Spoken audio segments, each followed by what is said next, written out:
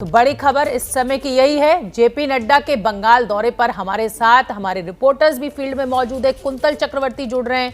असम में अमित शाह के दौरे पर मिनोग्या लोईवाल मेरे साथ मौजूद होंगी। जेपी नड्डा बंगाल पहुंचे ही हुए हैं, तो कुंतल पूरी खबर पर नजर बनाए हुए हैं। और उधर प्रधानमंत्री के पुदुचेरी और तमिलनाडु दौरे पर मेरी सहयोगी पिंकी राजपुरोहित भी मुझे दिखाई देना शुरू हो गई है। कुंतल, आपसे शुरुआत करूंगी। जेपी नड्डा 2 करोड़ लोगों से राय ली जाएगी और तब मैनिफेस्टो बनाया जाएगा। इसको कितनी बड़ी रणनीति माना जाए टीएमसी के खिलाफ? बिल्कुल, एक बहुत ही आप कह सकते हैं कि एक नॉवेल्टी फैक्टर इसमें है, क्योंकि बंगाल के जो लोग हैं उनको साथ लेकर चलना चाहती है बीजेपी, कनेक्ट करना चाहती है। और ये सबसे बड़ा ये माध्यम है, क्योंकि इस तरह के टैबलो जो है मैं आपको दिखाऊंगा, छोटा छोटा टैबलो, ये 294 जो विधानसभा क्षेत्र है इसमें अलग अलग जगहों पर ये रखा जाएगा और लोग आकर यहाँ ड्रॉप बॉक्स में अपने अपने जो ओपिनियन है वो डाल सकते हैं। मिस कॉल भी लोग कर सकते हैं। मिस कॉल के बाद एक कॉल बैक उनके पास जाएगा, उनका ओपिनियन जानने की कोशिश किया जाएगा। तो ये माना जा रहा है कि इस बार जो आम जो जनता है, जनता को साथ लेकर चलना चाहती है बीजेपी, तो ये एक मास्टर स्ट्रोक जरूर हो सकता है। इससे पहले 2019 लोकसभा चुनाव से पहले दीदी के बोलो नाम का एक कैंपेन तृणमूल कांग्रेस भी लॉन्च किया था, जिसमें लोग अपने अपने समस्या के बारे में सरकार को बता सकती थी। उसके बाद लोकसभा चुनाव में फ़ायदा ज़रूर तृणमूल कांग्रेस को थोड़ा बहुत मिला था उसके चलते। तो यहाँ बीजेपी भी उस तरह का ही एक कैंपेन लॉन्च किया है और यहाँ लोगों को कनेक्ट करना चाहती है बीजेपी, और माना यह जा रहा है कि बीजेपी को इससे फायदा जरूर मिल सकता है इस बार विधानसभा चुनाव से पहले। बिल्कुल कुंतल, बड़ी बात यही है कि आप अगर लोगों की राय मांगते हैं अपने मैनिफेस्टो को बनाने से पहले, तो कहीं ना कहीं उन 2 करोड़ लोगों को बीजेपी की विचारधारा से जोड़ने की कोशिश भी है। और मोदी के नाम पर जो विकास की बयार की बात लगातार बीजेपी के द्वारा की जा रही है, उसे आगे बढ़ाने की भी बात है। पश्चिम बंगाल में तृणमूल कांग्रेस और बीजेपी के बीच चुनावी लड़ाई किस स्तर पर आ गई है, इसकी एक झलक कल हुगली की रैली में दिखाई दी। जिस जगह प्रधानमंत्री मोदी ने रैली की थी, वहीं कल पश्चिम बंगाल की मुख्यमंत्री ममता बनर्जी ने रैली की, जिसमें वो भाषा की मर्यादाएं लांघती हुई नजर आईं। खेला तो होबेई रे, खेला तो होबेई। बंगाल का विकास तब तक संभव नहीं है जब तक यहाँ टोलाबाजों का राज रहे। ये तो सबसे बड़ा दंगाबाज, धांधाबाज। तेवर, तलखी, हुंकार और सबसे ऊपर दीदी की दहाड़। मिथ्ये কথা বলে যাচ্ছেন আর বলে যাচ্ছেন बंगाल अभी ले लेंगे। बंगाल लेना इतना सस्ता नहीं है। गुरुवार को ये सब कुछ एक साथ एक वक्त पर दिखा जब दीदी ने हुगली में मंच संभाला। ठीक আছে, ভালো থাকবেন, দেখা হবে। কি ভোটটা হবে তো? पीएम मोदी 22 फरवरी को हुगली में जो सियासी लकीर खींच कर गए थे, दीदी ने बुधवार को ठीक उसी जगह खड़े होकर दहाड़ दिया। কোথায় কোথায় উনি বলেন তৃণমূল কংগ্রেস সব তোলাবাজ, তৃণমূল কংগ্রেস তোলাবাজ। আর আপনি কি? আপনি তো সবচেয়ে বড় দাঙ্গাবাজ, ধান্দাবাজ। তোলা তো তাকে বলে যে 5 টাকা 10 টাকা তোলে, তাকে বলে তোলাবাজ। আর যারা কোটি কোটি টাকা তোলে তাদের কি বলে? ये तो था पीएम मोदी के टोलबाजी वाले आरोप का जवाब, लेकिन इस सियासी बयानों में बढ़त लेने की होड़ में दीदी मर्यादा लांघने से भी नहीं हिचकी। একটা পার্টি, একজন দানব আর একজন দৈত্য, একজন রাবণ আর একজন দানব, দুইজনে মিলে দেশ চালাচ্ছে। 2 दिन पहले सीबीआई ने कथित कोयला घोटाले मामले में दीदी की बहू से पूछताछ की थी और गुरुवार को दीदी का गुस्सा इस बात पर भी दिखा। আমার বাড়িতে ঢুকে গিয়ে একটা বাচ্চা মেয়ে 22-23 বছর বয়স, একটা বউ, ঘরের কন্যা, ঘরের বউ, তাকে কয়লা চোর বলছেন আর কয়লা চোরদের নিয়ে নিজে করে তুলে বেড়াচ্ছেন। লজ্জা করে না? আজ আমাদের ঘরের মা বোনেরা কয়লা চোর, আর তোমার সারা গায়ে ময়লা লেগে আছে, সারা গায়ে ময়লা লেগে আছে। बंगाल की सब महिलाएं अपने आप को अपमानित महसूस कर रही होंगी इनके इन शब्दों से, क्योंकि बंगाल की सब महिलाएं अभिषेक बैनर्जी की पत्नी की भांति भ्रष्ट नहीं हैं। मानकर चलिए कि बंगाल में शब्द बाढ़ चलने अभी शुरू भर हुए हैं। कुछ ऐसे ही शब्द आज और सुनाई दे सकते हैं, क्योंकि पत्नी रुजिरा से पूछताछ के बाद आज पहली बार उत्तर 24 परगना में अभिषेक बैनर्जी भी रैली करने वाले हैं और अभिषेक की ये रैली भी ठाकुरबाड़ी में उसी जगह हो रही है जहां अमित शाह कुछ दिन पहले रैली कर लौटे हैं। इसके अलावा आज ही बीजेपी अध्यक्ष जेपी नड्डा भी कोलकाता में लखो सोनार बांग्ला की कैंपेन शुरू करेंगे। मकसद है 2 करोड़ लोगों का मशवरा लेकर उसके आधार पर मैनिफेस्टो तैयार करना। इसके अलावा उत्तर 24 परगना जिले के नैहाटी में नड्डा बंकिम चंद्र चैटर्जी को श्रद्धांजलि देंगे। नड्डा स्वतंत्रता सेनानी मंगल पांडे की समाधि पर भी माल्यार्पण करेंगे और बंदोपाध्याय निवास पर भी जाएंगे। मतलब उत्तर 24 परगना आज अभिषेक बैनर्जी से लेकर जेपी नड्डा तक के सुपर सियासी कार्यक्रमों का गवाह बनेगा, लेकिन कल कोलकाता बड़ी हिंसा का गवाह बनते बनते बच गया जब शुभेंदु अधिकारी की रथ यात्रा में बीजेपी और टीएमसी समर्थक पहले आमने सामने आ गए और फिर देखते ही देखते भिड़ गए।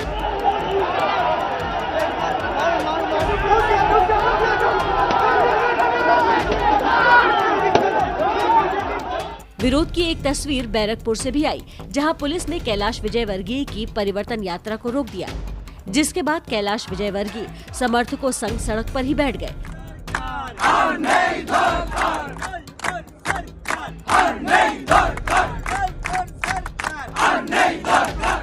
नारेबाजी से भी बात नहीं बनी तो आखिर में अपना रथ छोड़कर पैदल ही प्रचार करने निकल पड़े। बंगाल में रोज होती हिंसा और सियासी बवाल ने कानून व्यवस्था के लिए चुनौतियां खड़ी कर दी है और इस हिंसा का साया चुनावों पर न पड़े, इसलिए चुनाव आयोग ने केंद्रीय सुरक्षा बलों की 125 कंपनियों को तैनात करने का फैसला लिया था, जो आज से मोर्चा संभाल लेंगी। तो आपने देखा कि किस तरीके से जब शुभेंदु अधिकारी की रैली निकल रही थी, रोड शो निकल रहा था, तो बीजेपी और टीएमसी के कार्यकर्ता आमने सामने आ गए। भाषा की मर्यादा किसी भी नेता को याद नहीं रह रही है। मनोज्ञा लोईवाल वर्धमान से मेरे साथ जुड़ रही है, मेरी सहयोगी, बहुत करीब से नजर रख रही हैं चुनाव के ऊपर बंगाल के। मनोज्ञा, एक तरफ तो लक्ष्य सोनार बांग्ला की बात की जा रही है, दूसरी तरफ भाषा की मर्यादा का कोई ध्यान किसी नेता को नहीं है। तोलाबाज वर्सेस दंगाबाज, धंधाबाज, कुछ भी चल रहा है और लोगों के मुद्दे, मैं एक बार फिर आपसे कहूंगी मनोज्ञा, कहीं दूर पिछड़ते हुए नजर आ रहे हैं।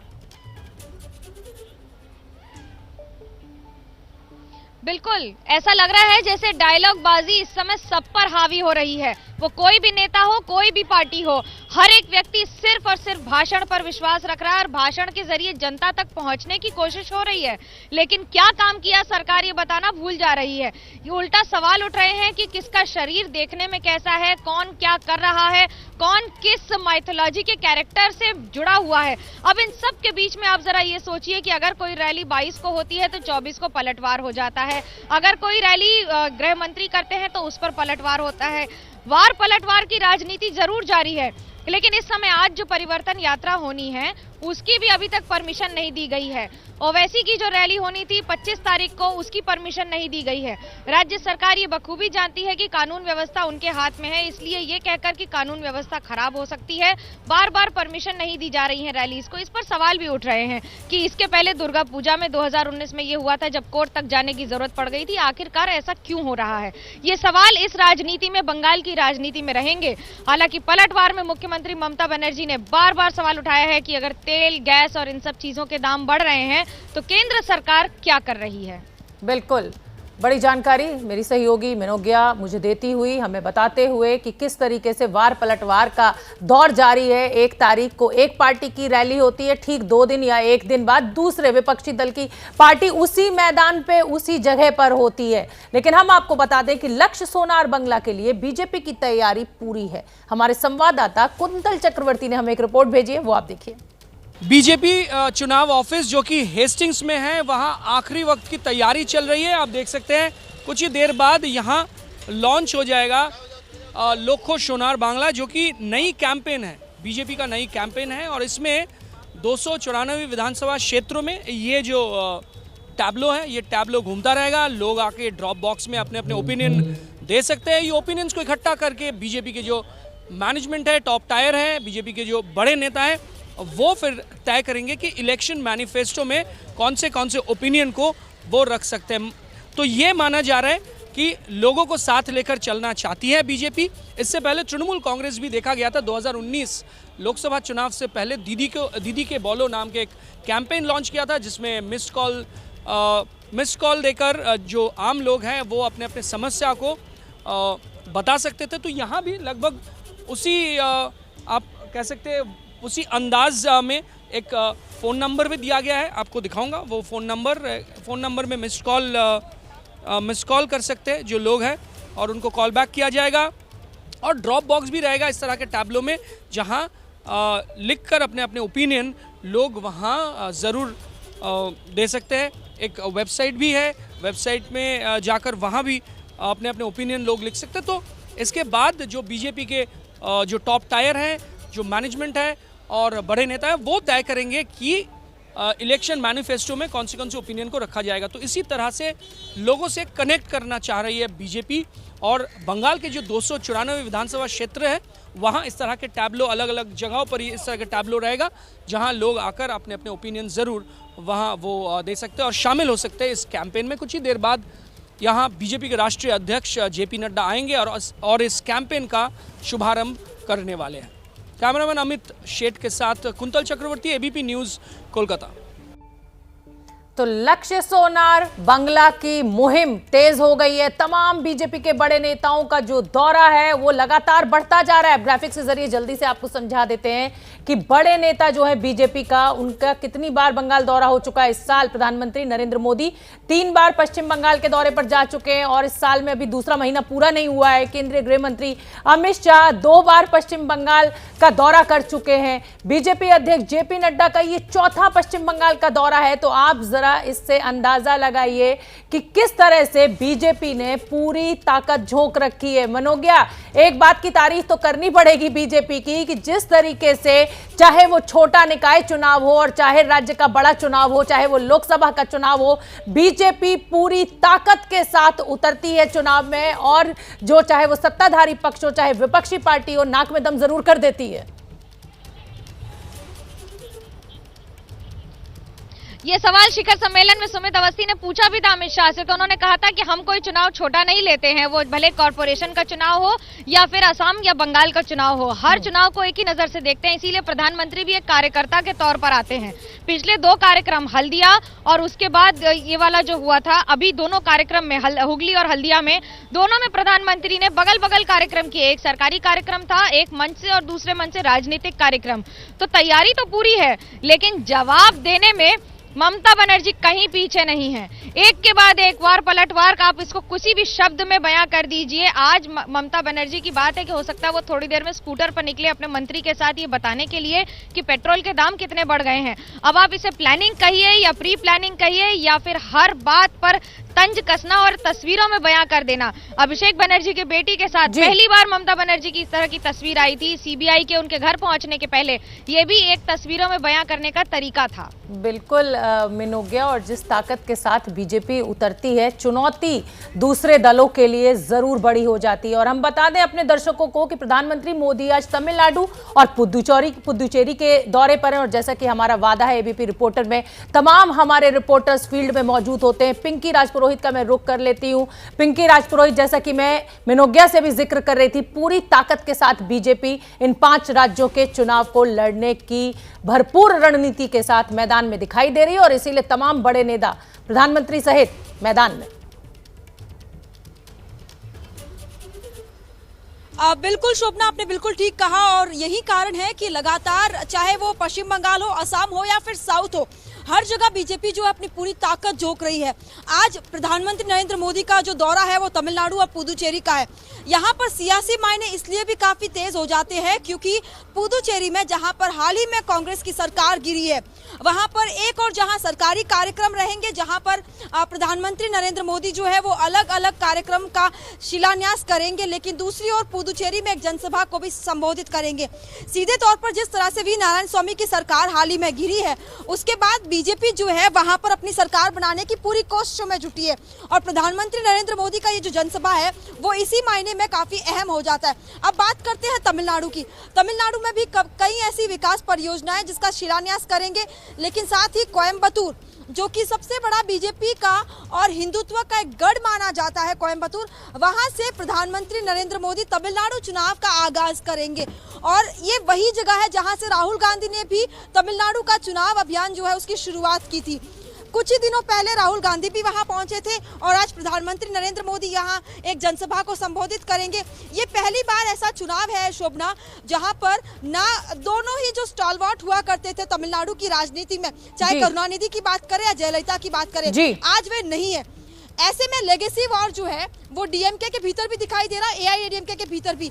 ऐसे में बीजेपी के साथ आना एआईएडीएमके और बीजेपी के लिए कितना कारगर होगा, बिल्कुल ये तो खैर चुनाव के बाद पता चलेगा, लेकिन अभी फिलहाल बीजेपी अपनी पूरी ताकत जरूर झोंक रही है। मैं इस समय की बड़ी खबर आपको दे दूं, बीजेपी के मिशन बंगाल में अब उत्तर प्रदेश के मुख्यमंत्री योगी आदित्यनाथ की भी एंट्री हो रही है।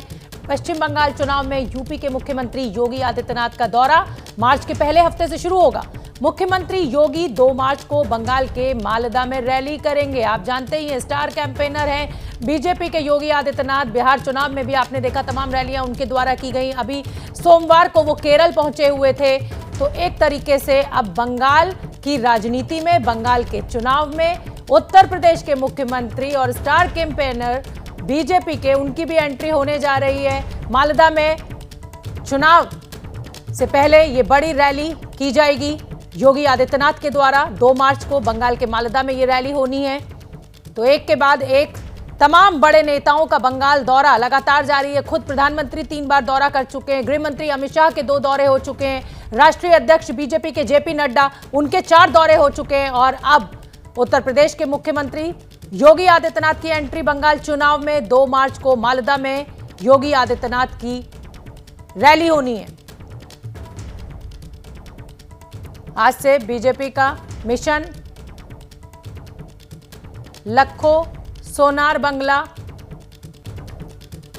पर काम शुरू। और बड़ी खबर इस समय की हम आपको दे दें, और बड़ी खबर इस समय यही है कि बीजेपी को रैली करने की इजाजत नहीं दी गई है सरकार के द्वारा, टीएमसी सरकार के द्वारा।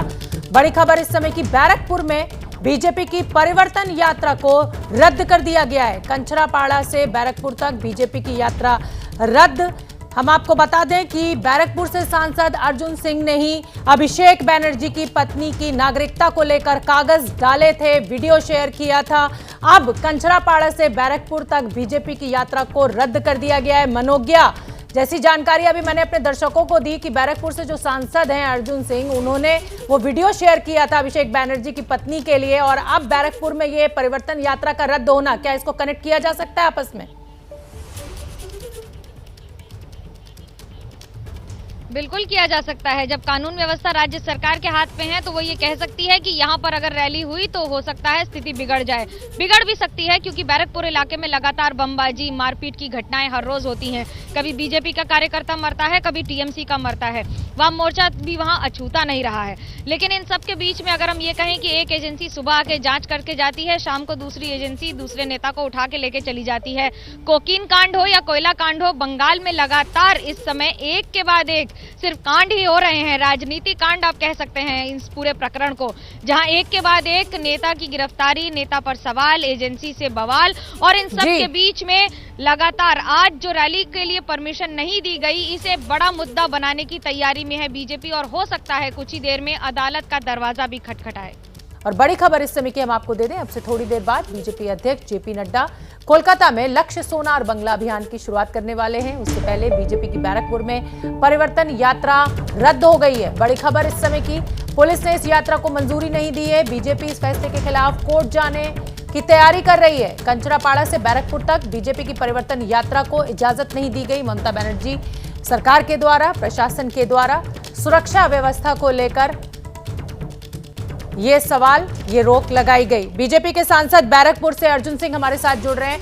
अर्जुन सिंह जी, आपने वीडियो क्या जारी किया कि आपकी परिवर्तन यात्रा को इजाजत ही नहीं मिली? जी हाँ, कल शाम से हमारे परिवर्तन यात्रा को बैरकपुर के बीजपुर थाने में रोक दिया गया। हमारे कैलाश विजयवर्गीय जी जो राष्ट्रीय साधारण संपादक हैं, वो उसके लिए आप आंदोलन भी किए हैं, आप देखे होंगे मीडिया में आया।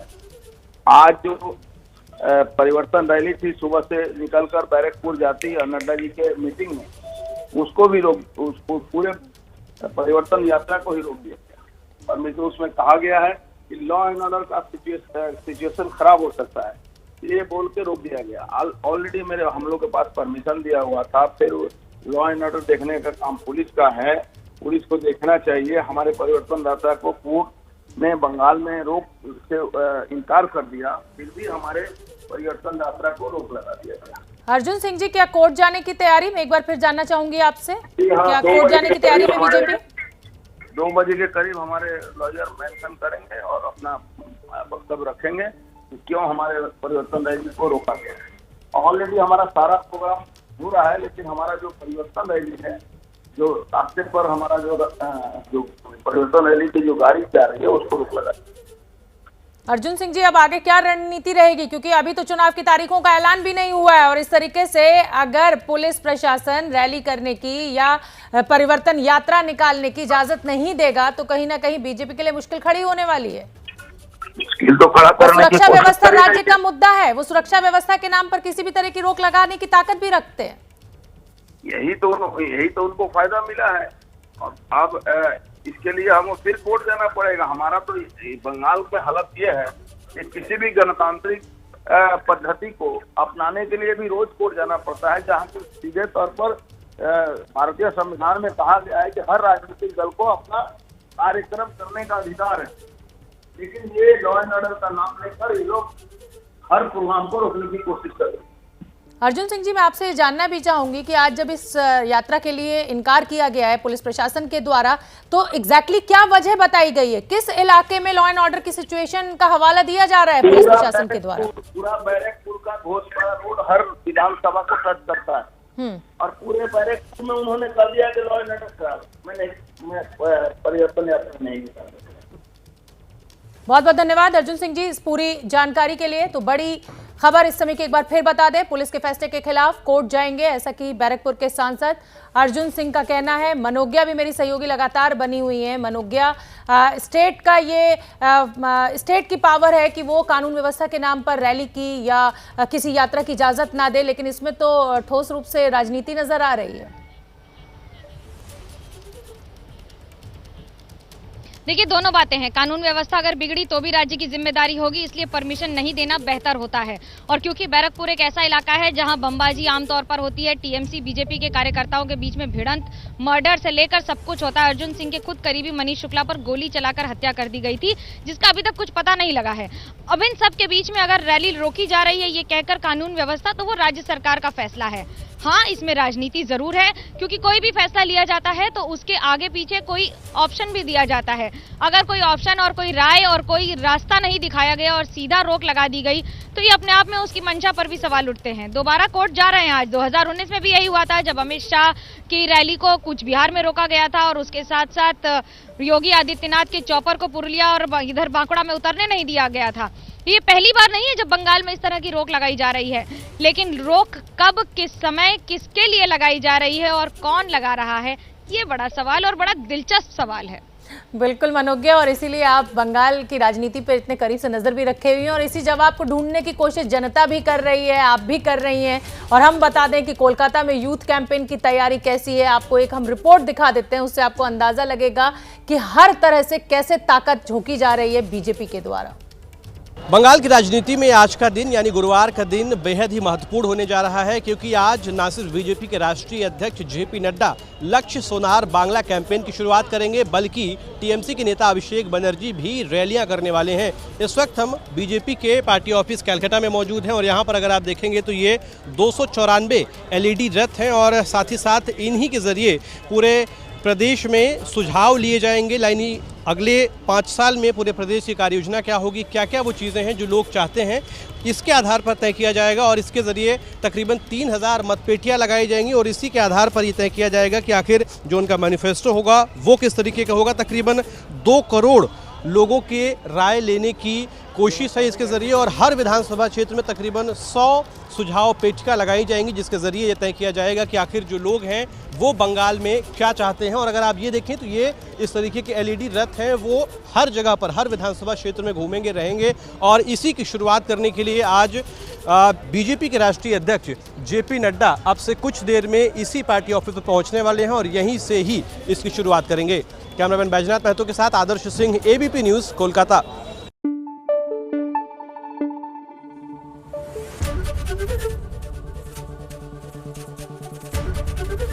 ABP न्यूज़ आपको रखे आगे।